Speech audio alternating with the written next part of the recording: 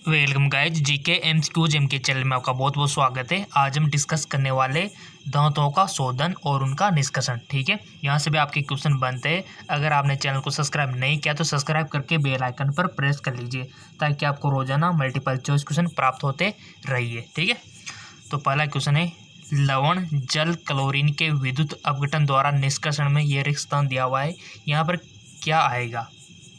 Chlorine ion का क्लोरीनीकरण gas में ऑक्सीकरण होता है, क्लोरीन आयन का क्लोरीन गैस में अपचयन होता है, या फिर समग्र अभिक्रिया के लिए डेल्टा जी का मान ऋणात्मक होता है, विस्थापन अभिक्रिया होती है। बताओ जी इसका राइट ऑप्शन। सो आपने टिक लगा दिया होगा। इसका राइट ऑप्शन हो जाएगा कि समग्र अभिक्रिया के लिए डेल्टा जी का मान ऋणात्मक होना चाहिए, नेगेटिव होना चाहिए। तो इसका सही आंसर ये हो जाएगा। ठीक है, कि लवण जल क्लोरीन के विद्युत अपघटन द्वारा निष्कर्षण में समग्र अभिक्रिया के लिए डेल्टा जी का मान ऋणात्मक होता है। ये बात आपको याद रखनी है, काफ़ी बार पूछा जा चुका है ये क्वेश्चन। इस प्रकार से कुछ अलग प्रकार से आया था बट टाइप यही था कुछ। ठीक है, जहाँ पर डेल्टा जी का मान ऋणात्मक इसका राइट ऑप्शन था। चलते आगे और क्वेश्चन बहुत इंपॉर्टेंट है आपके। प्रावर्ती भट्टी में कॉपर अयस्क को सिलिका के साथ मिलाने पर कॉपर मेट बनता है। कॉपर मेट में होते हैं कॉपर और आयरन के सल्फाइड, कॉपर और आयरन के सल्फाइड यहाँ पर दिया हुआ है। ठीक है, या फिर कॉपर और आयरन के सल्फाइड। ठीक है, यहाँ पर कुछ आप देख पा रहे होंगे।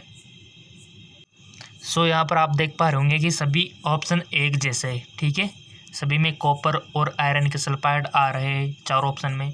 बट यहाँ पर नंबरिंग देख सकते हो आप, यहाँ पर फर्स्ट है, यहाँ पर सेकंड है, यहाँ पर सेकंड है, यहाँ पर सेकंड है, थर्ड है, थर्ड है, फर्स्ट है, सेकंड है। ठीक है, तो इसका थोड़ा सा आपको ध्यान रखना है ये किस प्रकार से। यहाँ पर आपको थोड़ा सा बहुत सारे स्टूडेंट कंफ्यूज हो गए होंगे। ये तो आपकी नंबरिंग है, यानी कि option first, second, third, fourth. ठीक है, इसको नहीं गिना जाएगा। इसके बाद आप जो देख रहे हो ना कि सेकंड, ठीक है, कॉपर, सेकंड और आयरन, सेकंड के सल्फाइड, कॉपर सेकंड के और आयरन थर्ड के सल्फाइड। ठीक है, कुछ ये इस प्रकार है। कंफ्यूज होने की बिल्कुल भी यहाँ पर आपको ज़रूरत नहीं है, बिल्कुल भी कंफ्यूज नहीं होना। ये तो आपके ऑप्शन नंबर है, ये इनको अलग से गिना जाएगा। इसके बाद copper second, iron second, copper second, iron third, copper first, copper iron second. ठीक है, इस प्रकार से। तो आपको राइट ऑप्शन पर टिक लगाना है, बस लगा दिया, सही लगाया होगा।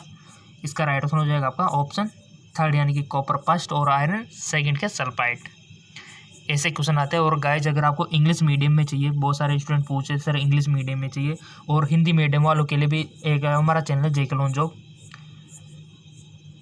जिसका लिंक नीचे डिस्क्रिप्शन में दिया हुआ है। वहाँ पर भी हम रोजाना मल्टीपल चॉइस क्वेश्चन आपसे करवाते हैं। हाई लेवल के होते हैं वहाँ पर, यहाँ पर थोड़ा ईजी करवाते हैं और हिंदी मीडियम में करवाते हैं ताकि जो JNM वाले हैं उनका भी थोड़ा सा भला हो सके, और जो BS नर्सिंग कॉलेज तो होगा ही सही। तो इस प्रकार से, क्योंकि आप कोई भी एग्ज़ाम तो जैसे कि पैरामेडिकल फार्मेसी, वहाँ पर भी आपके काम आएंगे, ये हर जगह काम आएंगे। आप जो कोर्स करने के बाद, डिग्री करने के बाद, आप जो इंट्रांस एग्ज़ाम के बाद आप जो कंपटीशन का एग्ज़ाम देते हो जॉब के लिए, वहाँ पर भी आपके काम आएंगे, देखना। और बस आप कमेंट करके बताना है ये अभी जो हम क्वेश्चन कर रहे हैं ना, इसी प्रकार के चाहिए या फिर कुछ अलग प्रकार के चाहिए, आपको बता देना। जो भी आपको चाहिए बता दिया करो,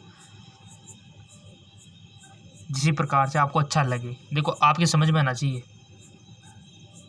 उस बात का महत्व होता है। तो आपको बताना है कि ये अभी जो हम करवा रहे हैं ये सही है या फिर कुछ और टेक्निक अपनाई जाए, बता देना कमेंट करके। आगे चलते। निम्न अभिक्रिया में से कौन सी स्वतः अपचयन का एक उदाहरण है? निम्न अभिक्रिया में कौन सी स्वतः अपचयन का एक उदाहरण है? स्वतः अपचयन का एक उदाहरण है।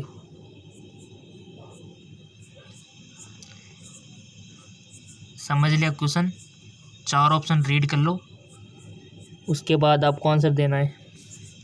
सो सिंपल इसका राइट ऑप्शन हो जाएगा आपका ऑप्शन 4। ठीक है, ये आपका टिक लगा दिया मैंने, ये इसका राइट ऑप्शन हो जाएगा। चलते आगे एक और। भूपरपट्टी में बहुत से तत्व उपलब्ध है, परंतु सबसे अधिक प्रचुरता से उपलब्ध तत्व है एल्यूमिनियम और फेरस, एल्यूमिनियम और कॉपर, फेरस और कॉपर, कॉपर और एजी अर्जेंटम। ठीक है,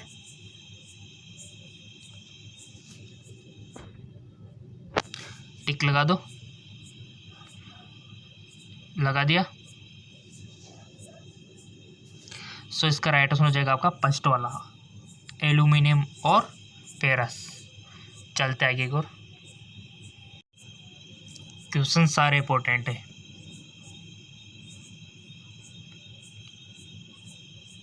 मंडल परिष्करण इस सिद्धांत पर आधारित है कि निम्न क्वथनांक वाली धातुओं की अशुद्धियां आसवन द्वारा पृथक की जा सकती है। अशुद्धियां ठोस धातु की अपेक्षा गलित धातु में अधिक घुलनशील होती है। किसी मिश्रण के विभिन्न अवयव किसी अधिशोषण पर अलग अलग अवशोषित होते हैं। वाष्पशील यौगिकों के वाष्प को शुद्ध धातु में विभाजित किया जा सकता है। बताइए राइट ऑप्शन। सो सिंपल इसका राइट ऑप्शन हो जाएगा आपका ऑप्शन सेकंड, यानी कि अशुद्धियां ठोस धातु की अपेक्षा गलित धातु में अधिक घुलनशील होती है। और गाइज मैं आपको बता दूं, जितने भी अयस्क है ना, जितने भी अयस्क है वो सारे आपको याद करने हैं, अयस्क। ठीक है, क्वेश्चन बनता है, एग्जाम्पल आपको याद रखने हैं, और किसको किस नाम से पुकारा जाता है यहाँ से क्वेश्चन बनता है। चलते आगे को, वो तो अभी मैं आपको लास्ट में समझा दूंगा कि क्वेश्चन किस प्रकार से आपके चैप्टर में बनते हैं एनसीईआरटी से। ठीक है, क्वेश्चन एनसीईआरटी से बनते हैं आपके। सल्फाइड अयस्क से कॉपर के निष्कर्षण में Cu2O का अपचयन किस अपचायक द्वारा करके धातु प्राप्त की जाती है?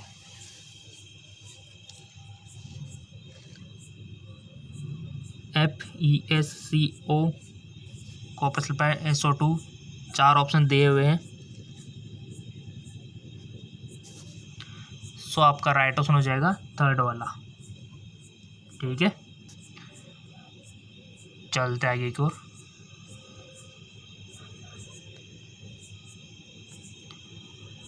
लवण जल का विद्युत अपघटन अक्रिय इलेक्ट्रोडों का उपयोग करके किया जाता है।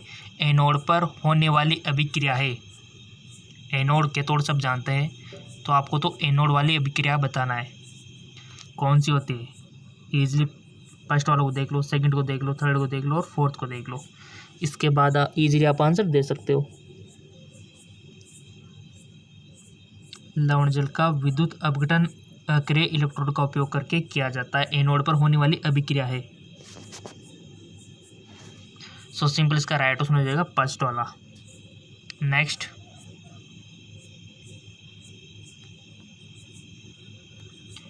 एल्यूमिनियम के धातु क्रम में Al3+ एल्यूमिनियम में ऑक्सीकृत होता है। ग्रेफाइट एनोड कार्बन मोनोऑक्साइड और कार्बन डाइऑक्साइड में ऑक्सीकृत होता है।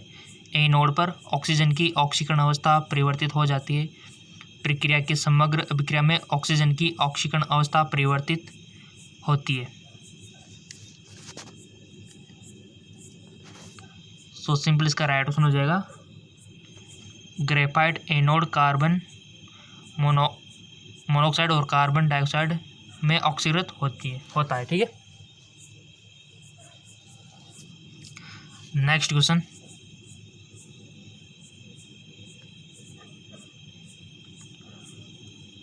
विद्युत अपघटनी परिष्करण का उपयोग निम्न में से किन धातुओं के शुद्धिकरण हेतु किया जाता है?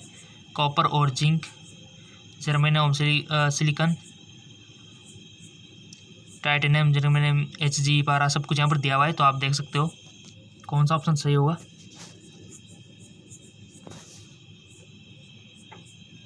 क्वेश्चन को समझो और फिर उसके बाद चारों ऑप्शन को देखो और फिर डिसीजन लो, एक्शन लो, फिर टिक लगाओ।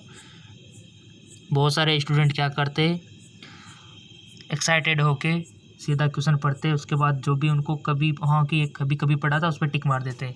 ऐसा बिल्कुल भी नहीं करना है। पहले क्वेश्चन को पढ़ना है, समझना है, उसके बाद चारों ऑप्शन देखने हैं, फिर टिक मारना है। सो सिंपल आपने लगा दिया होगा। वैसे बेसिकली इसका राइट ऑप्शन पहला वाला हो जाएगा, कॉपर और जिंक। नेक्स्ट, गोल्ड और सिल्वर के निष्कर्षण के लिए धातुओं का माइनस आयन के साथ निक्षालन किया जाता है। धातु प्राप्त की जाती है। संकुल आयन में से धातु को किसी दूसरी धातु में विस्थापित करके संकुल आयन का वर्जन करके निस्तापन के पश्चात वर्जन करके या फिर धातु संकुल का ऊष्मीय अपघटन करके।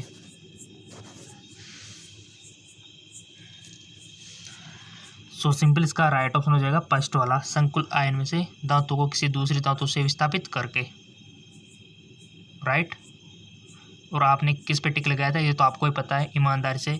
और हमेशा मैं आपसे कहता हूँ कि आपके नर्सिंग फील्ड में इतना सारा स्कोप है, इतना तो किसी में भी नहीं है, ठीक है। गवर्नमेंट सेक्टर, प्राइवेट सेक्टर, किसी भी सेक्टर में देख लो, हर डिपार्टमेंट में इसकी रिक्वायरमेंट होती है, यानी कि इनके बिना जनजीवन पॉसिबल नहीं है, ठीक है।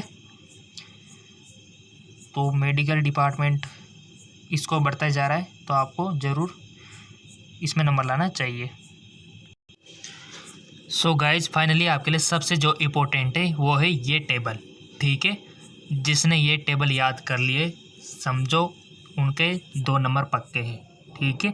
तो इजी भी है, देखो क्वेश्चन बनते हैं आपकी इस टेबल से, बहुत सारे मल्टीपल चॉइस क्वेश्चन आपके बन जाएंगे। धातु अयस्क और उनका संगठन है, तो बहुत इजी है, इसको याद रखना। चाहे तो आप इसका स्क्रीनशॉट ले सकते हो ताकि आप कहीं पर भी जाओ तो इजीली पढ़ सको। यहाँ से क्वेश्चन बनेगा देखना। और मैं आपको बता दूँ, थोड़ा सा इसको स्क्रॉल डाउन कर लेता हूँ, ये पूरी कंप्लीट आपकी ये टेबल है। तो इसमें एल्यूमिनियम के ऑक्साइड यहाँ पर दिए हुए हैं, ठीक है। ये आपकी धातु हो गई, ये आपके अयस्क हो गए और आपके संगठन हो गए, राइट। एल्यूमिनियम के यहाँ पर ऑक्साइड कौन कौन से होते हैं, बॉक्साइड और केओलिनाइट क्ले के रूप में, ठीक है। और इन्हीं की एग्जाम्पल आप देख सकते हो। आयरन की बात करें, आयरन जो धातु है इसके अयस्क कौन कौन से होते हैं, हेमाटाइट होता है, मैग्नेटाइट होता है, सेडराइट होता है, आयरन पायराइट होता है। यहाँ से क्वेश्चन पिछली बार भी बन चुका है। और देखो जो क्वेश्चन इनको याद कर लेगा 100% गारंटी है सिलेक्शन है उसका। क्वेश्चन यहाँ से बनते हैं, इसको छोड़ के बाहर जाता ही नहीं है क्वेश्चन। आपकी जो एनसीईआरटी क्वेश्चन वहीं से बनते हैं, 100% वहीं से बनते हैं। एग्जामिनर ने आपसे खुल्लम खुल्ला बोल रखा है कि एनसीईआरटी से बनते हैं, ठीक है। और मैं भी वहाँ से आपको एमसीक्यूज करवा रहा हूँ, तो फ़ायदा आपका ही है। और ये आयरन के जो धातु है उसके सारे अयस्क आपके सामने है, राइट। कॉपर के ऑक्साइड देख लो आप, कॉपर के अयस्क, कॉपर जो धातु है इसके अयस्क कौन कौन से, copper pyrite, malachite, cuprite, copper glance, ठीक है। तो ये इसके क्या है अयस्क। जिंक की बात करें तो जिंक के कौन कौन से अयस्क है, जिंक ब्लेंट और स्पेलराइट, कैलामाइन और जिंकाइट, ये इनके अयस्क के बहुत सी बार पूछ लिया जाता है। और इधर आपको एग्जाम्पल भी इसके याद रखने ये वाले, तो कितना ईजी है इसको याद करना। और आप तो साइंस के स्टूडेंट हो, इजीली याद कर ही लोगे इनको, थोड़ा सा एडजस्ट हो जाने दो इसको। ये हो गया। तो कहाँ दिक्कत आ रही है इस टेबल को याद करने में, जिसको भी दिक्कत हो तो कमेंट करके सीधा बोल देना। आपका अपना चैनल है, ठीक है। अब आप बोलेंगे सर आप कमेंट का जवाब नहीं देते, तो अगर हम फ्री ऑफ कॉस्ट होते हैं, मतलब फ्री होते हैं, ठीक है, तो आपका जवाब अवश्य देते हैं। अगर समझो हम बिजी है तो इसका मतलब समझ जाना कि आपके लिए एमसीक्यूज बनने के लिए तैयारी हो रही है, ठीक है। उनके लिए हम रिसर्च करते रहते हैं, सोर्स ढूंढते हैं, किस प्रकार से क्वेश्चन बनेगा, किस प्रकार से उनको बताना है, ठीक है। तो इस प्रकार से हम आपका जवाब नहीं दे पाते, और जैसे फ्री होते हैं तो हम आपका कमेंट अवश्य चेक करते हैं, ऐसी बात नहीं है, ठीक है। तो कमेंट करना तो आपका फ़र्ज़ है और उसका जवाब देना हमारा फ़र्ज़ है। आप अपना फ़र्ज़ निभाओ, यानी कि कमेंट करो, हम आपका जवाब जैसे फ्री होंगे दे देंगे। तो ये टेबल आप याद रख लोगे, प्रॉमिस करो कमेंट करके। करनी है, 100% करनी है, कर लेंगे नहीं, करनी है, कंपल्सरी है, टेबल को याद करना ही पड़ेगा आपको, ठीक है। अब चलते आगे की ओर। यहाँ पर कोई दिक्कत हो तो बोल देना, सिंपल है। आपको तो धातु का नाम याद करना है, उसके ऐसे कौन कौन से होते हैं, उनका संगठन, ठीक है। चलते आगे एक और। सो गाइज उसके आगे आपका आ जाता है अयस्कों का सांद्रण, ठीक है। तो सारी विधियाँ आपको याद रखनी है, क्वेश्चन बनते हैं और कौन सी विधि किसके लिए यूज होती है, बस इतना से आपको याद रखना है और एग्जाम्पल याद रख लेना, जिसमें आपका काम बन गया। जैसे अयस्कों का सांद्रण यहाँ पर दिया हुआ है, ठीक है। तो यहाँ पर ध्रुवीय धावन, तो ये किसके लिए यूज होती है, किस प्रकार इनको काम में लिया जाता है, कि यहाँ पर दिया भी हुआ है कि यह विधि अयस्क और गैंग कणों के अपेक्षित घनत्व के अंतर पर। अब सिंपल सी बात है, आपसे पूछ लिया जाएगा कि घनत्व के अंतर पर कौन सी विधि यूज की जाती है। तो 4 ऑप्शन दे दिए जाएंगे, ध्रुवीय दावन, चुंबकीय पृथक्करण, इसके अलावा जितने भी हमारे कॉपर के लिए पृथक्करण होते हैं, ठीक है, फेन प्लावन, 4 ऑप्शन दे दिए जाएंगे। तो आपका ध्रुवीय दावन राइट हो जाएगा। तो एमसीक्यूज तो ऐसे बनते हैं आपके, ठीक है। जाने कितने एमसीक्यूज बन सकते हैं अभी यहाँ से। गुरुत्वीय पृथक्करण पर काम करता है ये सिद्धांत। तो बस इतनी सी नॉलेज आपको याद रखना है। और आपकी केमिस्ट्री देखो जैसे बायोलॉजी वैसे लग रही है, थ्योरेटिकल बातें पूरी। तो ठीक है, इतना सा आप याद रख सकते हो। इस प्रकार चूर्णित अयस्क को ऊपर की ओर बढ़ती हुई जलधारा की धोया जाता है। बस आपको तो मेन तो ये चीज़ याद रखनी है कि घनत्व के अंतर पर इसका यूज होता है, और एग्जाम्पल याद रखना है, राइट। इसके बाद आपको चुंबकीय पृथक्करण आ जाता है। अब ये कहाँ पर यूज होती है? ये जब यूज होती है जब अयस्क के संगठनों में चुंबकीय गुणों की भिन्नता होती है ना, तब जाके, राइट, तब जाके ये यूज होती है। ओके, जैसे कि अभी यहाँ पर देख पा रहे होंगे आप पिक्चर में। अब अगला जो आपका है मोस्ट इंपॉर्टेंट, वो है फेन फ्लावन विधि, ठीक है। अब फेन फ्लावन विधि आपने 12th में पढ़ा होगा, उनको अवश्य देख लेना, क्वेश्चन वहाँ से भी बन सकता है। सो गाइस, ये जो फेन फ्लावन विधि है ना, ये बहुत इंपॉर्टेंट है। किस प्रकार ये यूज होते हैं आप देख सकते हो। यह विधि सल्फाइड अयस्कों को गैंग से मुक्त करने के लिए प्रयुक्त होती है। अब आपसे सिंपल सा क्वेश्चन पूछ लिया जाता है कि कौन सी विधि सल्फाइड अयस्कों को गैंग से मुक्त करने के लिए प्रयुक्त होती है। तो आपको अगर ये चीज़ पता होगी ना, जैसा कि मैं फंडा बोल रहा हूँ कि सभी में याद रखना है कि कौन सी विधि कब प्रयुक्त होती है। और एग्जाम्पल, बस इस विधि में चूर्णित अयस्क का पानी के साथ निलंबन बना लिया जाता है। इसमें संग्राही तथा फेन अस्थायी कारक मिला देते हैं। संग्राही क्या होता है? जैसे कि चीड़ का तेल हो गया, वसा अम्ल हो गया, ऐसे कणों की अवेदनशीलता यानी कि नॉन वेटाबिलिटी, ठीक है, को बढ़ा देते हैं। तथा फेन अस्थायी कारक, फेन को अस्थायी पर, सब कुछ डिटेल में दिया हुआ है आपके एनसीईआरटी में, ठीक है। इसका स्क्रीनशॉट भी ले सकते हो चाहे तो आप। अयस्क के कण तेल में जबकि गैंग के कण जल में भीग जाते हैं। और इसमें एक फैन लगा होता है, आप देख पा रहे होंगे डायग्राम में, सब कुछ दिया हुआ है, कितना अच्छा है। और इसके एग्जाम्पल नीचे देख सकते हो। इसको लेकर कोई भी दिक्कत हो तो कमेंट करके आप बता सकते हो। बस आपको ऊपर से देख सकते हो किस विधि द्वारा इसको यूज किया जाता है। जैसे कि सल्फाइड अयस्कों के, ठीक है, सल्फाइड अयस्कों को गैंग से मुक्त करने के लिए ये विधि प्रयुक्त होती है। इसी प्रकार सारी विधियाँ आपको याद रखनी है। चलते आगे और, कितना अच्छा है गाइस यहाँ, ठीक है। चलते आगे और, इसके बाद जाता है निक्सालन। यह अयस्क किसी उपयुक्त विलायक में विलय हो तो प्राय निक्सालन का उपयोग करते हैं, ठीक है। और इसका एग्जाम्पल आप देख सकते हो बॉक्साइड में निक्सालन का, सब कुछ आपके सामने दिया हुआ है। एल्यूमिना का निक्सालन, तो बेसिक फंडा आपको याद रखना है, राइट। तो बस निक्सालन में इतना सा आपको याद रखना है। चलते आगे और, उसके बाद ये निस्तापन और वर्जन की डेफिनेशन आपको देख लेना है, ठीक है। निस्तापन में गर्म करने की आवश्यकता होती है, वर्जन में क्या होता है, राइट। चलते आगे और, उसके बाद आयरन का इसके ऑक्साइड से निष्करण थोड़ा सा देख लो। टेम्परेचर पर कौन सी प्रक्रिया होती है, सारा टेम्परेचर आपको यहाँ पर मेंटेन ध्यान रख के रखना है, ठीक है। और इसका जो अभिक्रिया आप देख पा रहे हो ना, क्वेश्चन बन सकता है कि कितना टेम्परेचर होता है, इस भट्टी से रिलेटेड क्वेश्चन बन सकते हैं आपके। डायग्राम याद रख लेना। और ये टेम्परेचर और ये अभिक्रियाएँ, कौन कौन सी अभिक्रियाएँ इसमें यूज होती है। वात्या भट्टी बोलते हैं इसको। चलते आगे को, और इधर देख पा रहे होंगे ठोस अपशिष्ट इधर, कच्चा लोहा इधर, ऑक्सीजन का जोग इधर, ठीक है। सब कुछ यहाँ से मिल जाता है। और ऊपर आप देख सकते हो, ऊपर से आपका अयस्क, चूना पत्थर और कोक आ रहा है। और यहाँ से कौन सी गैस निकल रही है, यहाँ पर देख सकते हो CO2 और CO, कार्बन मोनोऑक्साइड और कार्बन डाइऑक्साइड। चलते आगे को, उसके बाद ये एल्यूमिनियम के निष्कर्षण के लिए विद्युत अपघटन सेल, ठीक है। डायग्राम याद रख सकते हो। कार्बन की परत युक्त स्टील का पात्र कैथोड और एल्यूमिनियम के लिए निकास, गलित एल्यूमिनियम, यहाँ पर आप देख सकते हो सारा सब कुछ दिया हुआ है, ठीक है। इसको इजी आप याद रख सकते हो, इतना हार्ड भी नहीं है। और किस प्रकार से आपको देखिए कैथोड पर कौन सी, एनोड पर कौन सी, ये बहुत इंपॉर्टेंट है। बहुत सौ को पता नहीं होता कैथोड पर कौन सी होती है और एनोड पर कौन सी होती है, तो थोड़ा सा इसको ध्यान रखना है आपको। और ये डायग्राम आपको याद रखना है, इसका पात्र किसका बना हुआ होता है, छड़ी किसकी बनी हुई होती है, नेगेटिव किससे कनेक्ट होता है, पॉजिटिव किससे कनेक्ट होता है, गलित जो सॉल्यूशन होता है कौन सा होता है, सब कुछ हर एक चीज़ आपको पता होनी चाहिए बेसिक इसकी। और इसको लेकर कोई भी डाउट है तो कमेंट सीधा कर दिया करो। चलते आगे और उसके बाद सिंपल आपका आ जाता है मंडल परिष्करण। तो डिटेल में आपके जो नोट्स हैं ना 12th के उसको देख लेना, या फिर आपके एनसीईआरटी बुक में थोड़ा सा इसके डिटेल देख लेना थ्योरेटिकल, क्योंकि अभी मैं आपको बताऊंगा तो आपको बहुत लंबा वीडियो हो जाएगा। तो बस इसकी डिटेल आपको पढ़ लेनी है मंडल परिष्करण प्रकरण के बारे में, ठीक है। और इसके एमसीक्यू तो हम कराए देंगे, आपको बिल्कुल फिक्र नहीं करनी है। चलते आगे। उसके बाद आपको ये जो सारांश दिया हुआ है ये सारा अक्सर आपको याद कर लेना है जी, ठीक है। बस ये डिब्बा आपको याद करना है, ये पूरा सारांश है आपका चैप्टर का। वीडियो को चाहे तो स्क्रीनशॉट ले सकते हो ताकि आप इसको हमेशा पढ़ सको, ठीक है।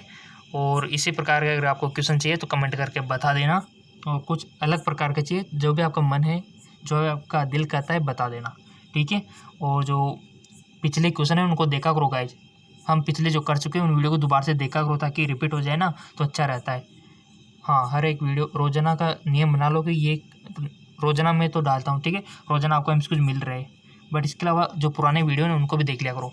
और इंग्लिश मीडियम के लिए जेक लॉन्च जॉब है सही, वहाँ पर इंग्लिश और हिंदी दोनों मिलती है, जिसका लिंक नीचे डिस्क्रिप्शन में दिया हुआ है। और कुछ हमारे बायो के भी फिजिक्स के भी एमसीक्यूज है, जिसका लिंक नीचे डिस्क्रिप्शन में दिया हुआ है, तो आप देख सकते हो। और जेक लॉन्च जॉब है, वहाँ से भी आप देख सकते हो। एमसीक्यूज की कोई कमी नहीं है, बहुत सारे एमसीक्यूज हम आपको प्रोवाइड करवा रहे हैं और करवाते रहेंगे अगर आपका सपोर्ट मिला तो, ठीक है। तो कमेंट कीजिए आपको क्या चाहिए, आपकी डिमांड क्या है, कमेंट करके बताइए।